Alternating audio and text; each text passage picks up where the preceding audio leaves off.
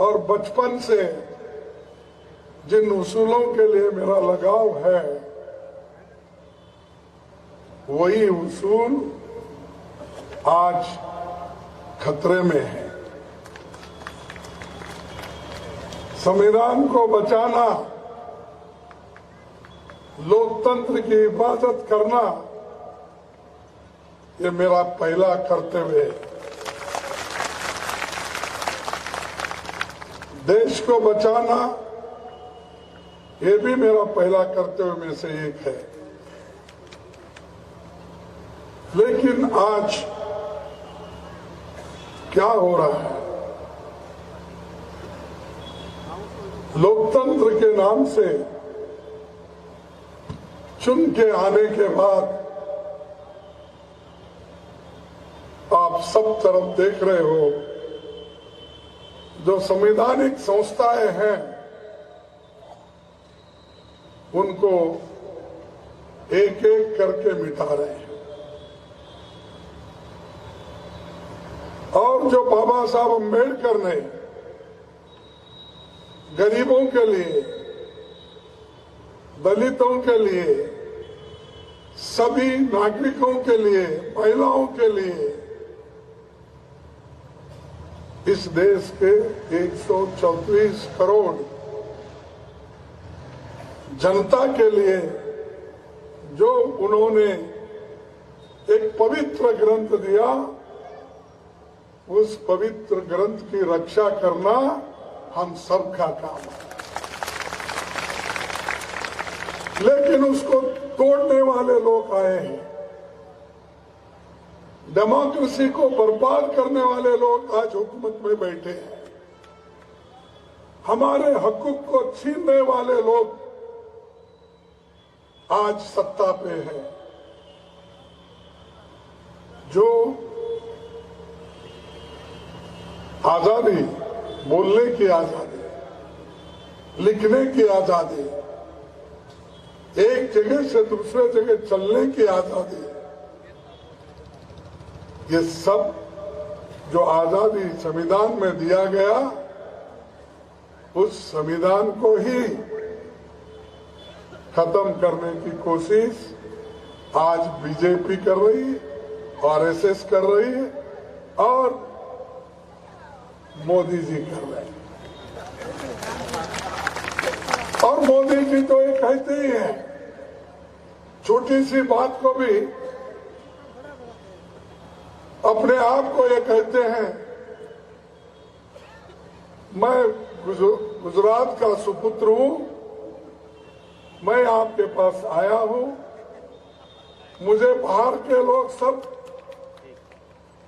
गालियां देते हैं, मेरा अपमान करते हैं, इसीलिए मुझे बचाओ। अरे भाई, आप अगर बुरा काम करते हैं तो इस देश के प्रधानमंत्री हो, कन्याकुमारी से लेकर कश्मीर तक बोलेंगे ही, सौराष्ट्र से लेकर बंगाल तक भी बोलेंगे। वो बार बार यहां क्यों आके रोते हो? आपको दिल्ली में काम दिया गया है, फिर यहां गली गली क्यों फिर रहे हो? मैं पूछता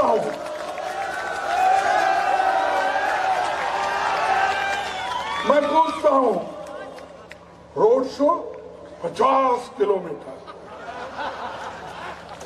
आज भी रोड शो, कल भी रोड शो।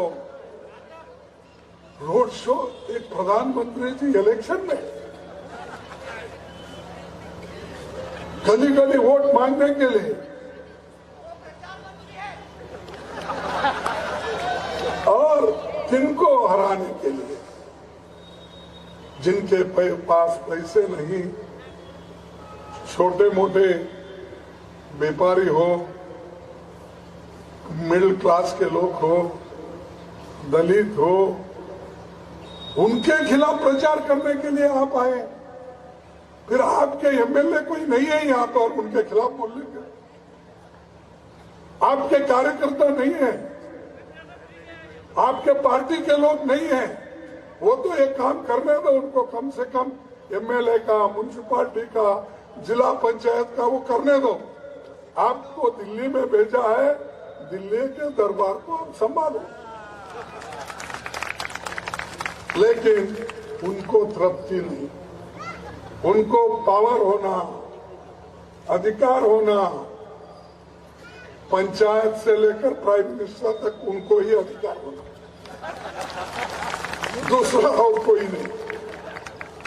मैं इज्जत करता हूं इस देश के प्रधानमंत्री हैं,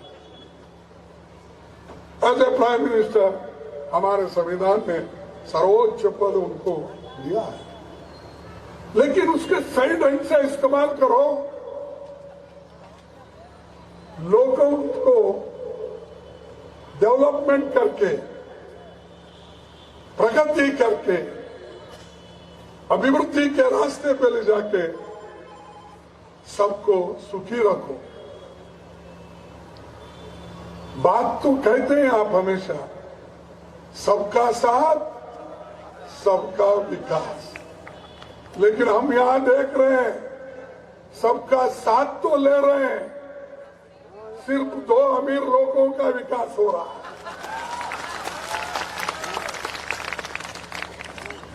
और बार बार वही बात दोहराते हैं, और हम कुछ टीका करें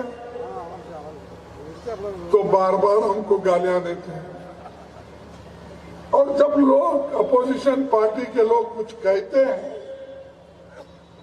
वो बोलते हैं भाइयों मैं गुजरात से आया हूं, इस मट्टी का सुपुत्र हूं, मेरे को रोज ये अपोजिशन के लोग 2 किलो गालियां देते हैं।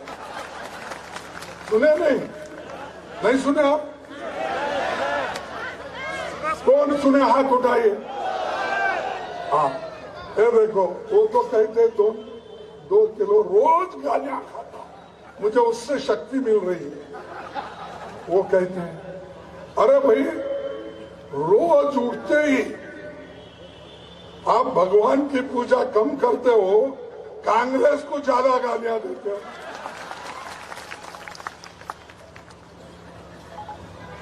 आप तो 2 किलो गालियां खाते हो, लेकिन कांग्रेस को 4 कुंटल गालियां देते हो। सुबह उठते ही कांग्रेस का नाम लिए बगैर उनको खाना भी हजम नहीं होता। ऐसे लोग बार बार बोलना, बार बार छेड़ना, ये ठीक नहीं। और यहां पर डबल इंजन की सरकार है, डबल इंजन की सरकार। भाई डबल इंजन आप लगाए हैं तो 6 साल में 3 इंजन क्यों बदलने पड़े?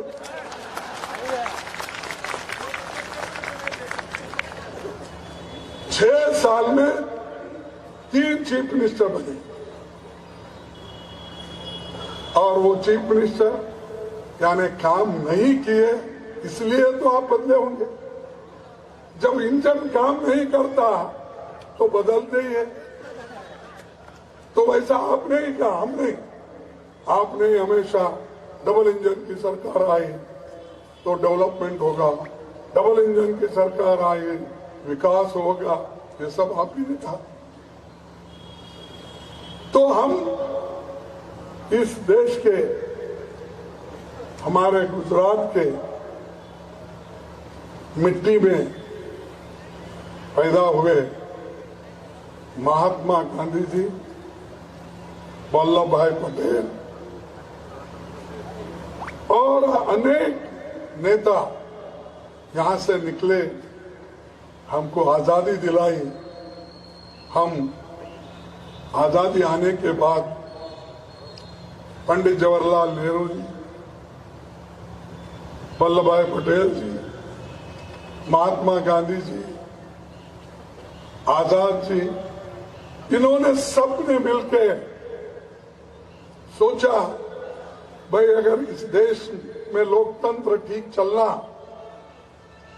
और इस देश में सबको बराबरी का हक मिलना, सामाजिक न्याय मिलना, सोशल जस्टिस मिलना, तो डॉक्टर बाबा साहब अम्बेडकर के हाथ से संविधान लिखा ना चाहिए।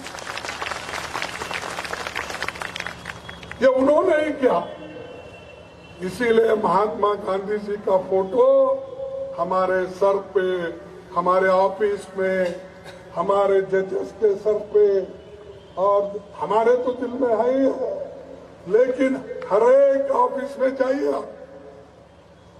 जो भी कलेक्टर होते हैं, एसपी होते हैं, डिस्ट्रिक्ट मजिस्ट्रेट हो या हाई कोर्ट जज हो, सुप्रीम कोर्ट जज, किसकी फोटो लगाते हैं? महात्मा गांधी जी की फोटो सर पे रही। और इन्होंने बार बार बोलते हैं ये गुजरात का अपमान है, ये गुजरात। आपको अगर कुछ हुआ तो ये गुजरात का देश को बनाने वाले महात्मा गांधी जी, वल्लभ भाई पटेल तो देश को एक करे, मजबूत करे। ये सब हमारे कांग्रेस के है भाई, और कांग्रेस पार्टी के नेता थे, डिप्टी प्राइम मिनिस्टर थे, और आप आरएसएस के ऑफिस में कभी गांधी जी का, वल्लभ भाई पटेल का, बाबा साहब अम्बेडकर का कभी फोटो लगाया? और यहां आते ही आपके सामने रोते हैं कि ये हुआ वो हुआ। देखो, सही बात बोलना चाहिए, और जब वो एक बड़े नेता है देश के, तो सही बात बताना सीखना चाहिए। और हमेशा नेहरू जी और वल्लभ भाई पटेल में झगड़ा, नेहरू जी सुभाष चंद्र बोस में झगड़े की बात करना, महात्मा गांधी जी और कांग्रेस के इस पे बात करना, ये सही नहीं है। अरे पूरा देश मानता है, दुनिया मानती है महात्मा गांधी जी को। आप क्यों ऐसा बीच में झगड़े की बात कर रहे हो, मुझे समझ में नहीं आता। और कितने साल हुकूमत कर रहे, अभी डेवलपमेंट होना बाकी है बोलते। मैं पूछता हूं, 27 साल गुजरात की सरकार कौन चला रहा है? बीजेपी ना। और इससे पहले भी वही लोग जनता पार्टी के नाम पे भी चलाए, और आज वो फिर 27 साल के बाद भी ये कहते हैं कि गुजरात अभी विकसित नहीं हुआ, कांग्रेस ने क्या किया, कांग्रेस ही कारण है सबको। और 9 साल वो प्राइम मिनिस्टर बन के हैं, और 9 साल प्राइम मिनिस्टर, 27 साल बीजेपी की सरकार, फिर उस 27 साल में 13.5 साल चीफ मिनिस्टर रहे। इतने साल रहने के बावजूद भी अगर बीजेपी डेवलपमेंट नहीं कर सकती है तो उसको गद्दी से उतारना चाहिए।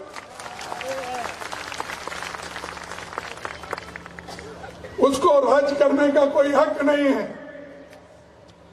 इतना आपको मौका दिए, फिर बार बार हमको ही पूछे कांग्रेस पार्टी में 70 साल में क्या किया?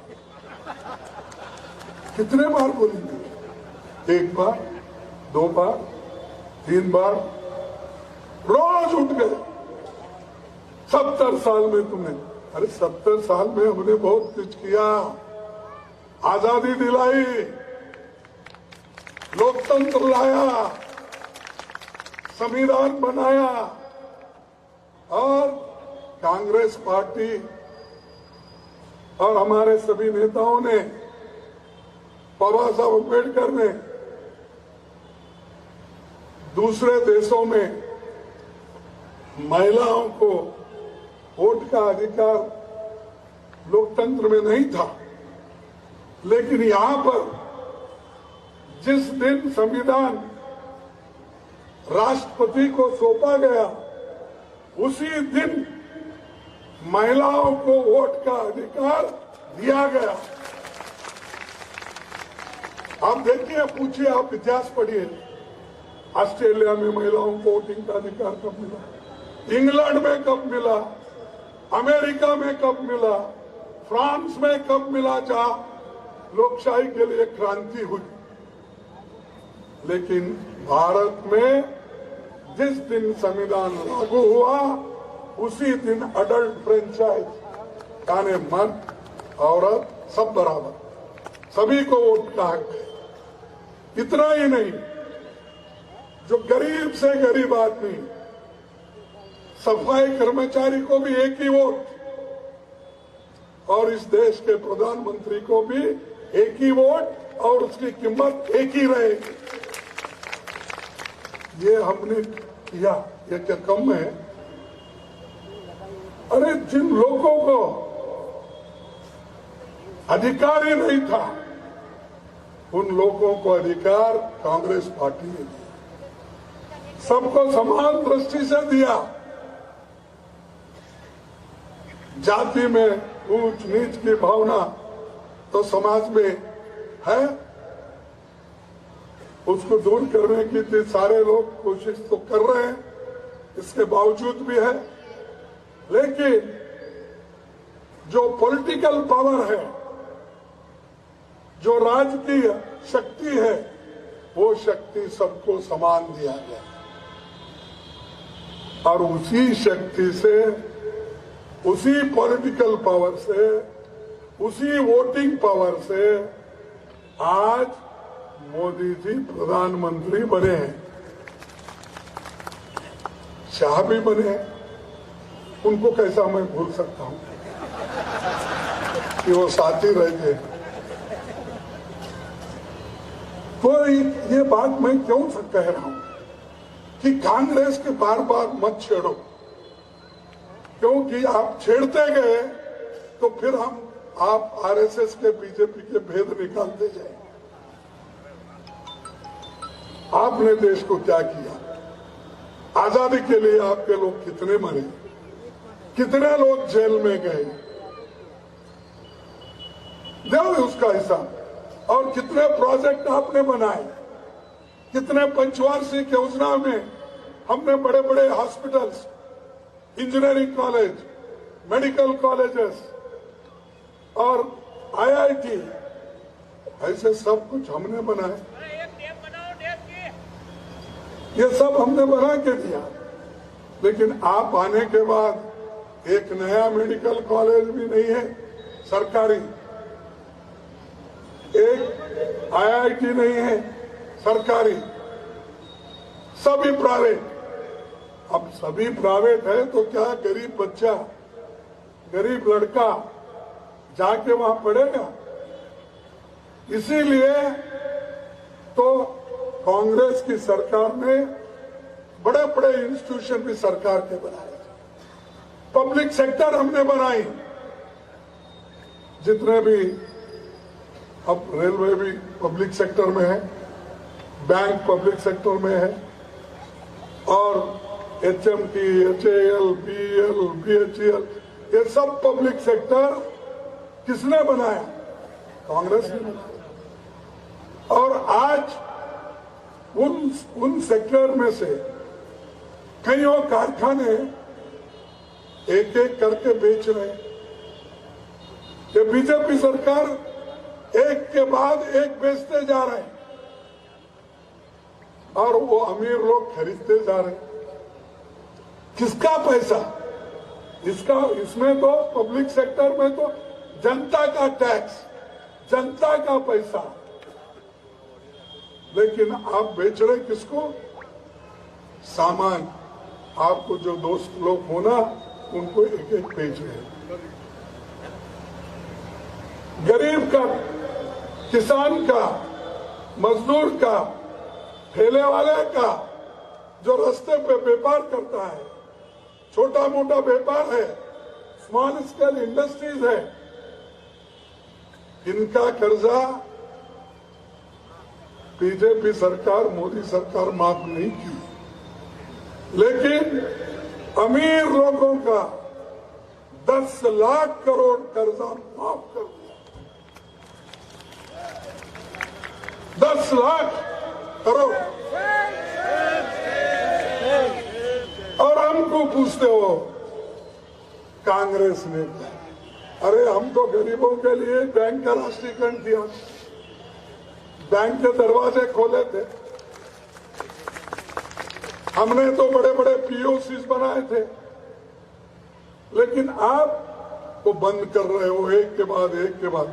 तो क्यों? कि ये पब्लिक सेक्टर अगर जिंदा रहे तो जो दलितों को, पिछड़ों को जो रिजर्वेशन मिल रहा है ना, नौकरी की जो गारंटी है वो खत्म हो जाए, फिर वो गुलाम बने, फिर वो कॉन्ट्रैक्ट लेबर पे जाए, डेली वेजेस पे जाओ। इस मकसद से पब्लिक सेक्टर को खत्म कर रहे एक के बाद एक। लेबर कानून को बर्बाद किया, किसानों के कानून को बर्बाद किया, 700 किसान मर गए, फिर भी आप इन किसान मजदूर इनके तरफ नहीं देंगे। सरकार में आज भी 30 लाख वैकेंसीज है। हर स्टेट में जो एजुकेशन डिपार्टमेंट हो, यूनिवर्सिटीज हो, ऑटोनोमस बॉडीज हो, जो भी है, हमारे देश के पूरे इंस्टीट्यूशन में और सरकारी नौकरी में मिलाकर 30 लाख वैकेंसीज है। आप क्यों नहीं भर्ती कर रहे? इतना अनएम्प्लॉयमेंट है, नौजवान फिर रहा है सड़क पे, कोई पीएचडी किया, कोई बीई किया, कोई डॉक्टर है, कोई स्किल डेवलपमेंट के सेंटर में जाके पढ़ा है, उनको नौकरी नहीं मिल रही और नौकरी आपके पास खाली पड़ी है। और परसों मैं देखा एक टीवी में हमारे प्रधानमंत्री जी 75,000 लोगों का 71 यहां होगा 71,000, ठीक है, मैं जरा ज्यादा ही बोला इसीलिए 71,000 लोगों को उन्होंने, जो बच्चे रिक्रूट हो गए थे उनको बुला बुला के ऐसा फॉर्म दिया। अरे ये काम तो डिप्टी सेक्रेटरी करता है, ये अपॉइंटमेंट ऑर्डर अंडर सेक्रेटरी से जाती है। भाई आप क्यों दे रहे? आप देना है पूरे 30 लाख लोगों को भर्ती करके बड़ा मेला बन के आपका जुलूस निकाल लो। हम नहीं बोलते, लेकिन वो नहीं करेंगे, बोलेंगे, फिर टीका करेंगे, कांग्रेस को ही बोलेंगे कांग्रेस ने बर्बाद किया, क्योंकि बड़े बड़े पब्लिक सेक्टर लाके हमने बर्बाद किया, यही बोलेंगे। बैंक का राष्ट्रीयकरण करके बर्बाद किया बोलेंगे, लैंड रिफॉर्म्स लाके हम बर्बाद किया बोलेंगे। देखो ये चीजें जिस वक्त जो होना है हम लोग करते आए और हमने जो वायदा किया है उसको निभाते आए। जब हम फूड सिक्योरिटी एक्ट लाए, बीजेपी ने वहां पहले तो विरोध किया इसको, नरेगा लाए स्कीम, गरीब जो भूखे मरते, जिनको काम नहीं है, हाथ को काम देने के लिए, मजदूरी देने के लिए नरेगा लाए, तब भी हमको टीका करे, क्रिटिसाइज करे।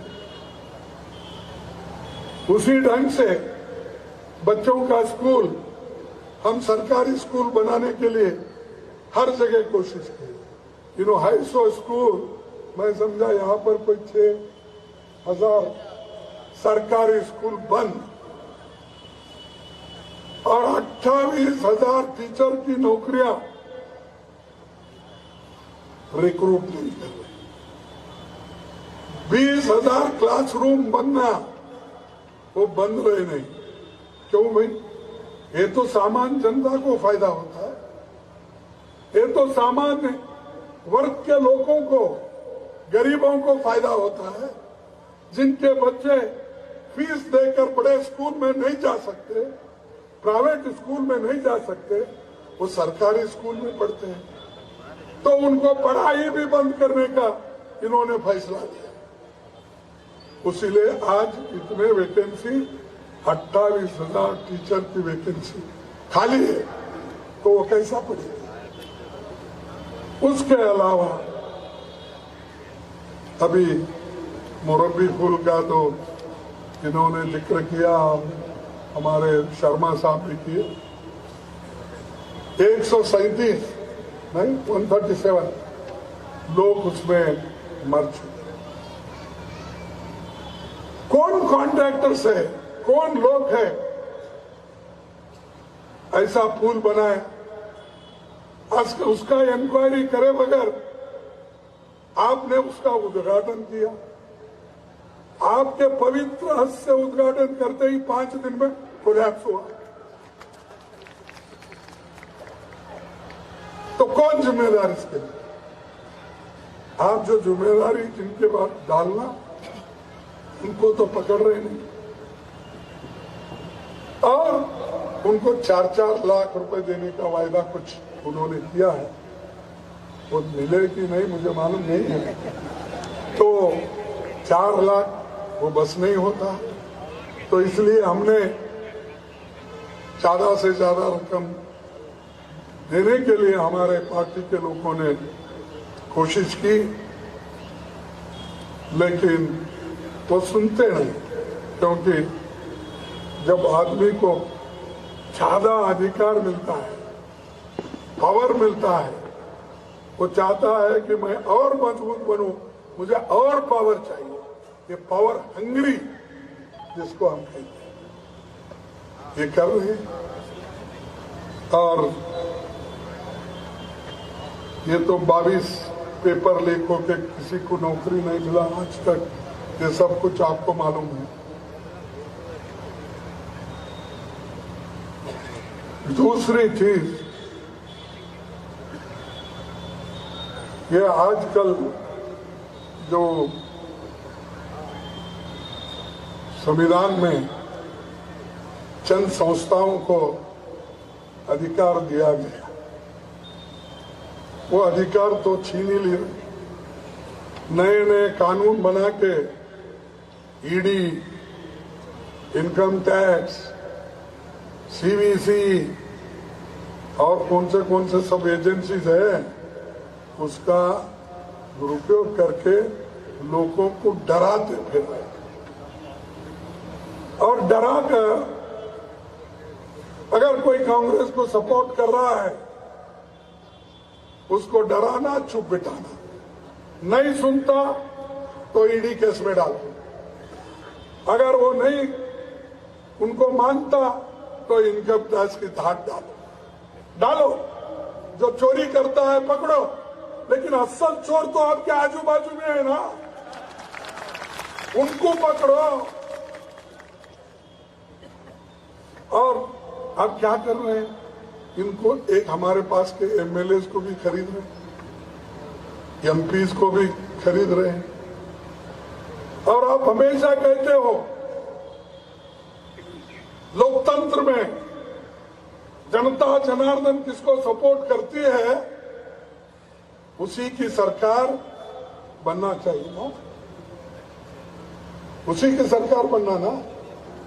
लेकिन जनता जनार्दन मध्य प्रदेश में हमको चाहे, हम मेजॉरिटी में थे।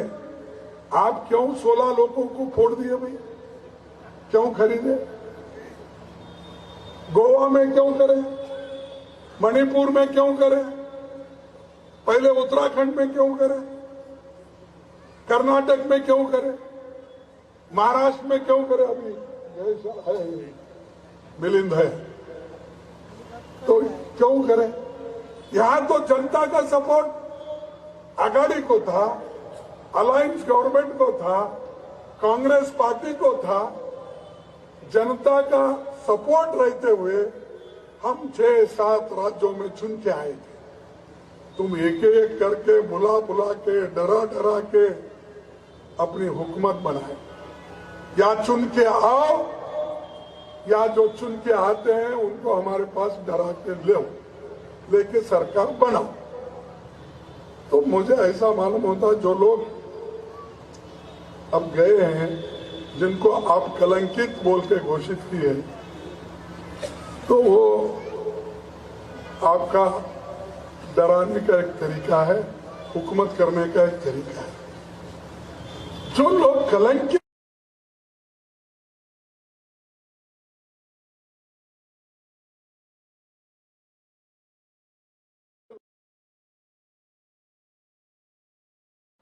यही आपने कहा,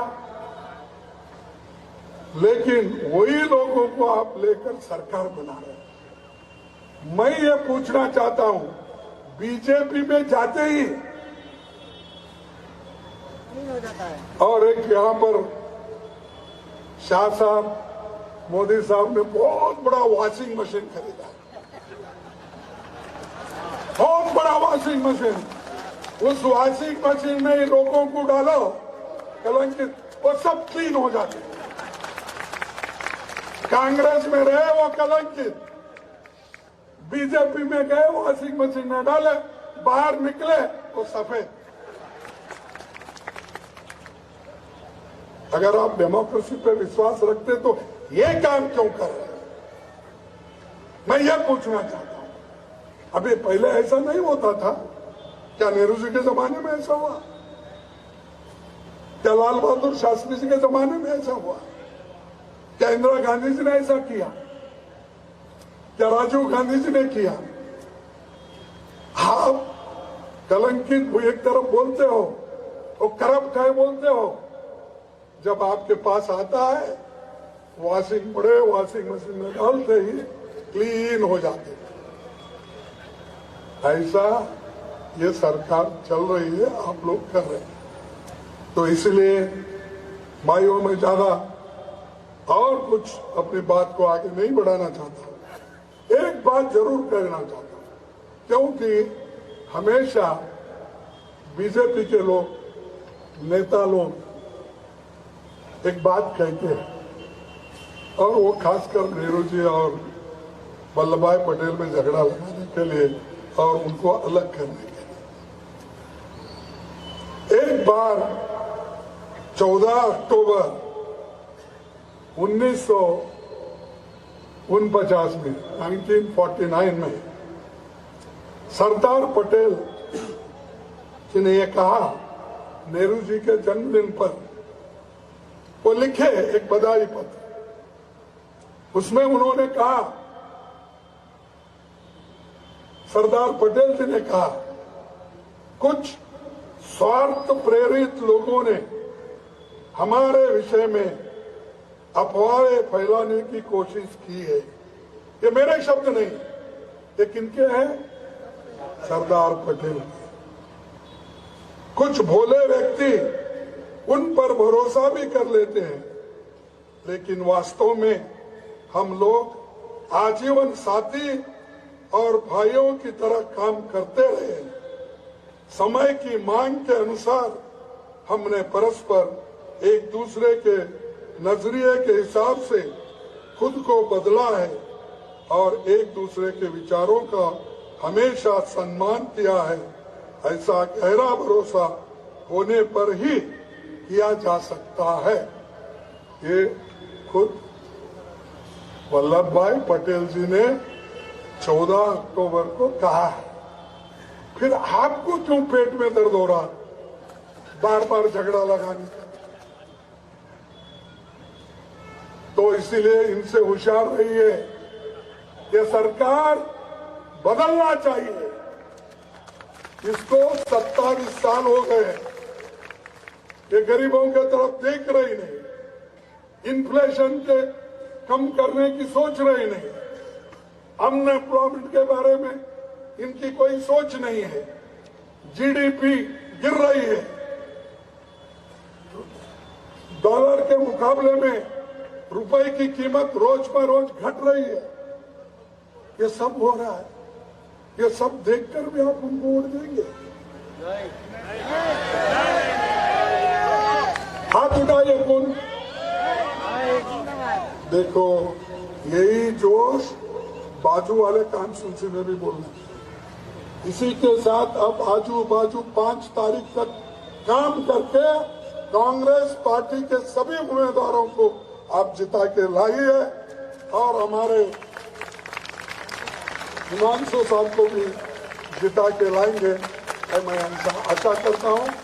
आखिरी एक शब्द मैं कह के मेरी बात को खत्म करूंगा, वो ये है कि हमारा लोग आप भी पूछेंगे, आपको उन्होंने भी पूछेंगे कि भाई आप क्या करने वाले हैं चुन के आने के बाद। अगर आपको हम वोट देंगे तो आपका क्या काम होगा? तो हमने अपना चुनावी घोषणा पत्र तो आपके सामने रखा है। हमने कहा है एलपीजी गैस सिलेंडर हम 500 रुपए में देंगे, सरकारी कर्मचारियों को पुरानी पेंशन योजना लागू करेंगे, 10 लाख सरकारी नौकरियां 5 साल में हम देंगे। जो लोग ठेके पे और डेली बेसिस पे सरकारी नौकरी में काम कर रहे हैं, उनको उनकी नौकरी पक्की कर देंगे, परमानेंट कर देंगे। और किसानों का 3 लाख रुपए तक की कर्जा माफ करेंगे। ये कोई नहीं, जब मनमोहन सिंह जी प्राइम मिनिस्टर थे, सोनिया गांधी जी यूपीए चेयरपर्सन थे, तब हमने 72,000 करोड़ रुपए किसानों का कर्जा माफ किया, करके दिखाया है। सिर्फ जुमले नहीं, हमारा तो काम है। उसी किसानों के बिजली बिल माफ होंगे और लड़कियों को केजी से लेकर पीजी तक फ्री एजुकेशन दिया जाए और 3,000 नए स्कूल हम खोलेंगे। और घरेलू बिजली जो इतनी महंगी हो गई, अभी हमारे सीनियर लीडर बोल रहे थे 10.5 रुपए यूनिट, हाँ इतनी महंगी। इसीलिए हम 3,000 घरेलू बिजली 300 यूनिट मुफ्त में दी। शहरी इलाकों में शहरी रोजगार योजना नरेगा के जैसा हम यहाँ शुरू करेंगे। आदिवासियों के जो भी हकूक है उसकी हिफाजत हम करेंगे, उसके लिए लड़ेंगे। आज यहाँ डबल इंजन की सरकार रहते हुए दलितों के ऊपर, SC ST के ऊपर अन्याय और अत्याचार बढ़ गए। 17% इस साल वो बढ़े हैं 2 साल में, 17%। यह क्या कम है? और यहां डबल इंजन की सरकार है, तो ये इंजन बहुत खराब हो गए, फेल हो गए। अरे बदलो भाई, आपको अगर मंजिल तक पहुंचना है तो आपको इंजन को बदलना ही होगा, सरकार को बदलना होगा। इसीलिए मैं आखिरी एक बात कह के मेरे भाषण को समाप्त करता हूं। मंजिल बहुत दूर है, रास्ता बड़ा कठिन है, फिर भी हमें चलना है। मंजिल बहुत दूर है, रास्ता बड़ा कठिन है, फिर भी हमें पहुंचना है, चलना है। दिल मिले या न मिले, कम से कम सभी लोग कांग्रेस को लाने के लिए हाथ मिलाते चले।